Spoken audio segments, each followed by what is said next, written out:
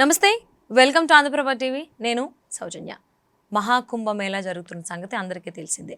So ఈ కుంభమేళాన్ని దీనికి ఒక రాజకీయ రంగును పూస్తూ ఉన్నారు. పొలిటికల్ వార్ కూడా జరుగుతుంది దీనికి సంబంధించి. మరి అంశానికి సంబంధించి ఎన్నో విషయాలను మనకు తెలియజేయడానికి, వారి విశ్లేషణని, వారి వివరణని మనకు అందించడానికి ఈరోజు మనతో పాటు ఉన్నారు senior journalist, Andhraprabha editor YSR Sharma గారు ఉన్నారు. వారితో మాట్లాడతారు. నమస్తే అండి. నమస్తే అండి. కుంభమేళా ఇప్పటి వరకు ఆల్మోస్ట్ 50 కోట్ల మంది భక్తులు వచ్చి స్నానం ఆచరించారని చెప్పని పబ్లిక్ గానే అక్కడ ఉన్నటువంటి గవర్నమెంట్ ఇవ్వడం, బయటికి రిపోర్ట్ ఇవ్వడం జరిగింది. సో దీనికి ఒక రాజకీయ రంగును పులుముతున్నారు అనేటువంటి మాట కూడా వినిపిస్తుంది. రాజకీయ రంగు కూడా పూసారని కూడా అంటున్నారు. అసలు ఈ కుంభమేళాకి అసలు రాజకీయానికి అసలు ఏం సంబంధం? ఎందుకు ఈ కుంభమేళా రాజకీయ రంగు పులుముకుంటుంది?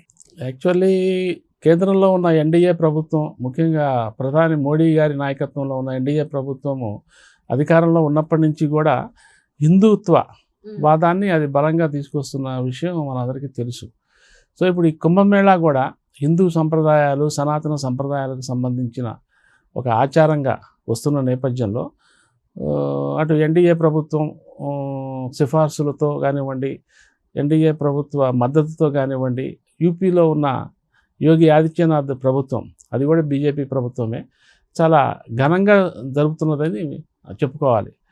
ఎంత ఘనంగా అంటే అసలు ఆ ఏర్పాట్లు అవి దాదాపు ఇప్పటికే 50-55 కోట్ల మంది. నిన్న పవన్ కళ్యాణ్ గారు కూడా అన్నారు, దేశ జనాభాలో దాదాపు సగం మంది ఇక్కడ పుణ్యస్నానాలు చేశారు, కుంభమేళాకు వచ్చారంటే దీనికి ఉన్న విశిష్టత ఏంటో అర్థమవుతున్నది అని చెప్పి. అంటే దాదాపు దేశవ్యాప్తంగా అసలు దేశం మొత్తాన్ని కూడా తన వైపుకు తిప్పుకుంది ఈ మహాకుంభమేళా. దాదాపు 144 సంవత్సరాల తర్వాత వచ్చేదని చెప్తున్నాయి కుంభమేళాకి. ప్రధానమంత్రి దగ్గర నుంచి, కేంద్ర మంత్రుల దగ్గర నుంచి అందరూ వెళ్ళటము ఇదంతా మనం చూస్తూనే ఉన్నాం రోజు. ఈవెన్ ఈ తెలుగు మన ఏపీ నుంచి కూడా మొన్న లోకేష్ వెళ్ళారు, నిన్న పవన్ కళ్యాణ్ వెళ్ళారు. ఇక నెక్స్ట్ మరి చంద్రబాబు నాయుడు గారు కూడా పోవాలి మరి లెక్క ప్రకారం. ఎందుకంటే ఆయన కూడా కూటమిలో భాగస్వామి పార్టీ కాబట్టి, అందులో మోడీ గారికి మద్దతు ఇస్తున్న పార్టీ నాయకుడు. సో ఆయన కూడా తప్పకుండా మరి డేటు అయితే ఇంకా దాదాపు చివరికి వస్తున్నది, ఎండింగ్ ఫేజ్కి వస్తున్నది. ఈ నేపథ్యంలో చంద్రబాబు నాయుడు గారు వెళ్ళరా ఇంకా ఈ రోజు వరకు కూడా డేట్ ఫిక్స్ కాలేదు, కానీ బహుశా వెళ్ళొచ్చు.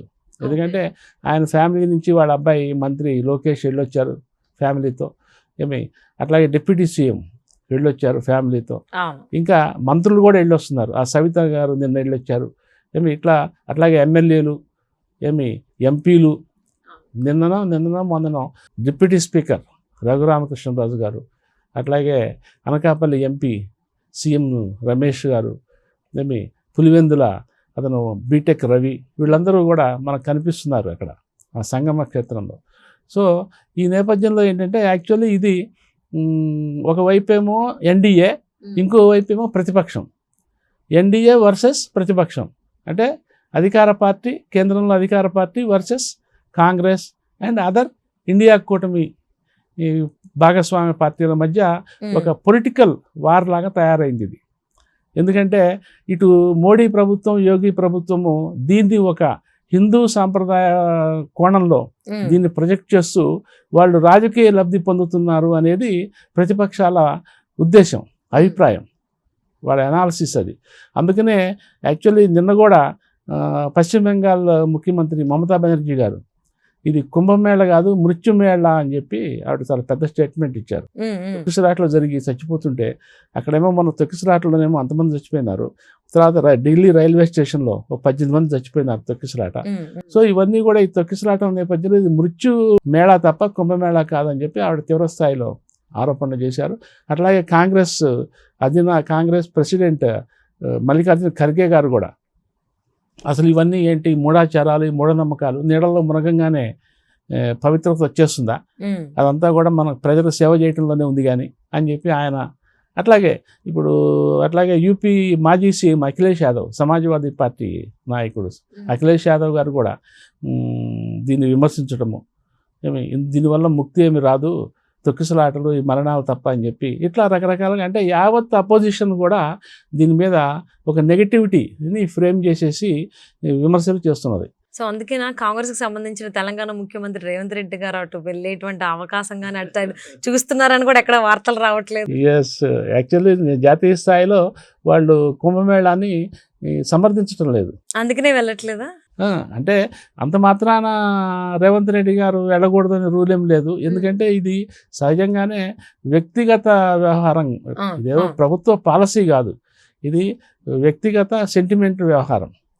ఎమోషన్స్ సెంటిమెంట్స్ సంబంధించిన వ్యవహారం కాబట్టి ఆ కాంగ్రెస్ అధిష్టానం జాతీయ స్థాయిలో అది ఎటువంటి ఇది తీసుకున్నా రేవంత్ రెడ్డి గారికి ఆయన ఫ్యామిలీకి దీని మీద నమ్మకం ఉంటే ఆయన వెళ్ళొచ్చు నిరభ్యంతరంగా, ఎవరు అభ్యంతరం పెట్టాల్సిన లేదు. వాళ్ళ పార్టీ కూడా అధిష్టానం కూడా పెద్దగా అభ్యంతరం పెట్టకపోవచ్చు. కానీ రేవంత్ రెడ్డి గారు మరి వాళ్ళ పార్టీ అధిష్టానం ఎట్లా ఫీలింగ్స్ ఎట్లా ఉన్నాయో దాన్ని బట్టి ఆయన ఆ అడుగుజాడల్లోనే నడవచ్చు. అందుకని మీరు అన్నట్టు ఆయన వెళ్ళకపోయినా ఆశ్చర్యం లేదు, అట్లా కాకుండా ఇది వ్యక్తిగతం కాబట్టి వెళ్ళినా ఆశ్చర్యం లేదు. సో ఇది ఒక యాంగిల్. మొత్తం మీద ఏంటంటే ఈ కుంభమేళా అనేది ఒక 2 ఇన్సిడెంట్స్, 2 దుర్ఘటనలు జరిగేసరికి ఏంటంటే ప్రతిపక్షానికి వాయిస్ వచ్చింది.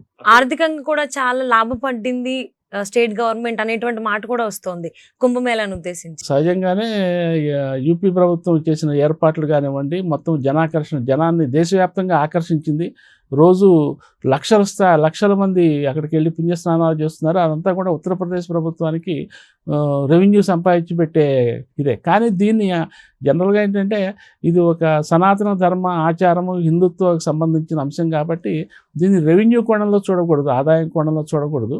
సహజంగానే ఇంతమంది లక్షల్లో కోట్లలో జనం వస్తున్నప్పుడు ఆ ఏరియాలో బోల్డంత ఉపాధి, అదనపు ఉపాధి, సీజనల్ ఎంప్లాయ్మెంట్ దొరుకుతుంది ఈ నెలన్నర రోజులు ఏమండి. అట్లాగే రకరకాల వ్యాపారాలు సాగుతూ ఉంటాయి. సో సహజంగానే ఆదాయం విషయంలో దానికి పెద్ద మనం వివేదించాల్సిన పని లేదు, వస్తుంది సహజంగానే. కానీ దీన్ని ఆ కోణంలో చూడటం కాకుండా ఇది ఒక పుణ్యకార్యంగా ఆ త్రివేణి సంగమంలో పుణ్యస్నానం చేస్తే ముక్తి లభిస్తుంది అనేది కదా సెంటిమెంట్. సో ఆ కోణంలోనే దీన్ని చూడాలి తప్ప దీన్ని ఇతరత్రా చూడకూడదు అనేది అధికార పార్టీలు చెప్తున్నాయి. కానీ ప్రతిపక్షాలు మాత్రం దీన్ని వీలైనంత వరకు, అంటే దేశంలో సనాతనవాదులు ఉంటారు, ఆధునికవాదులు ఉంటారు, హేతువాదులు ఉంటారు, ఆస్తికులు ఉంటారు, నాస్తికులు ఉంటారు సొసైటీలో. సో ఇందులో ఒక సనాతనవాదుల్ని మాత్రమే దృష్టిలో పెట్టుకొని దీన్ని ఒక గ్రాండ్గా లాగా చేస్తున్నది ప్రభుత్వం అనేది ప్రతిపక్షం ఉద్దేశం. సో ప్రతిపక్షం ఏంటంటే ఈ కుంభమేళా, ఈ సనాతన ఆచారాలు సమ్మతించని, వ్యతిరేకించని, ఆమోదించని ఇంకా వర్గాలు ఉంటాయి కదా, బోల్డెన్ వర్గాలు, వాళ్ళని ఆకర్షించడం కోసం, వాళ్ళ మెప్పు పొందడం కోసం మీరు ఇటువంటి స్టాండ్ తీసుకుంటున్నారు అని చెప్పి అటు ఎన్డీఏ నాయకులు కానివ్వండి, ఇటు యూపీ ప్రభుత్వం కానివ్వండి, బీజేపీ నాయకులు కానివ్వండి విమర్శిస్తున్నారు. సో ఇది క్లైమాక్స్కి వస్తున్నది కాబట్టి, ఇక తుది దశకు వస్తున్నది కాబట్టి ఇటువంటి ఆరోపణలు ఇంకా రోజు జరిగే అవకాశం ఉంది, వచ్చే అవకాశం ఉంది. సో మొత్తం మీద ఏంటంటే ప్రభుత్వం వైపు నుంచి ఏదో 2 అపశృతులు తప్ప ఇక ఇదైతే ఒక ప్రపంచవ్యాప్తంగా విదేశాల నుంచి కూడా వస్తున్న భక్తులు ఉన్నారు. ప్రపంచవ్యాప్తంగా ఇది పెద్ద ఒక ఆమోదం పొందిన ఒక ఈవెంట్ లాగా అయితే నడిచింది ఇది. అవును. సో కుంభమేళకు సంబంధించి అది ఆధ్యాత్మిక కార్యక్రమంగానే ఆలోచించాలి, అలానే తీసుకోవాలి. దానికి రాజకీయాన్ని అయితే కలపకూడదు, పులుమకూడదు. సో అలానే ఉంటారని చెప్పి ఆశిద్దామండి. థ్యాంక్ యూ సో మచ్ అండి. Thank you.